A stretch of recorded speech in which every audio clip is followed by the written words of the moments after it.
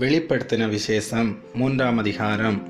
சர்தை சபையின் தூதனுக்கு நீ எழுத வேண்டியது என்னவெனில், தேவனுடைய 7 ஆவிகளையும் 7 நட்சத்திரங்களையும் உடையவர் சொல்லுகிறதாவது, உன் கிரியைகளை அறிந்திருக்கிறேன். நீ உயிருள்ளவன் என்று பெயர் கொண்டிருந்தும் செத்தவனாயிருக்கிறாய். நீ விழித்து கொண்டு சாகிறதற்கேதுவாய் இருக்கிறவைகளை ஸ்திரப்படுத்து.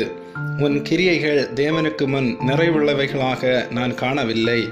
ஆகையால் நீ கேட்டு பெற்றுக்கொண்ட வகையை நினைவு கூர்ந்து அதை கை கொண்டு மனந்திரும்பு. நீ விழித்திராவிட்டால் திருடனைப் போல் உன்மேல் வருவேன். நான் உன்மேல் வரும் வேளையை அறியாதிருப்பாய். ஆனாலும் தங்கள் வஸ்திரங்களை அசுசிப்படுத்தாத சில பேர் சர்தையிலும் உனக்குண்டு. அவர்கள் பாத்திரவான்களானபடியால் வெண் வஸ்திரம் தரித்து என்னோடே கூட நடப்பார்கள். ஜெயம் கொள்ளுகிறவனவனோ அவனுக்கு வெண் வஸ்திரம் தரிப்பிக்கப்படும். ஜீவ புஸ்தகம்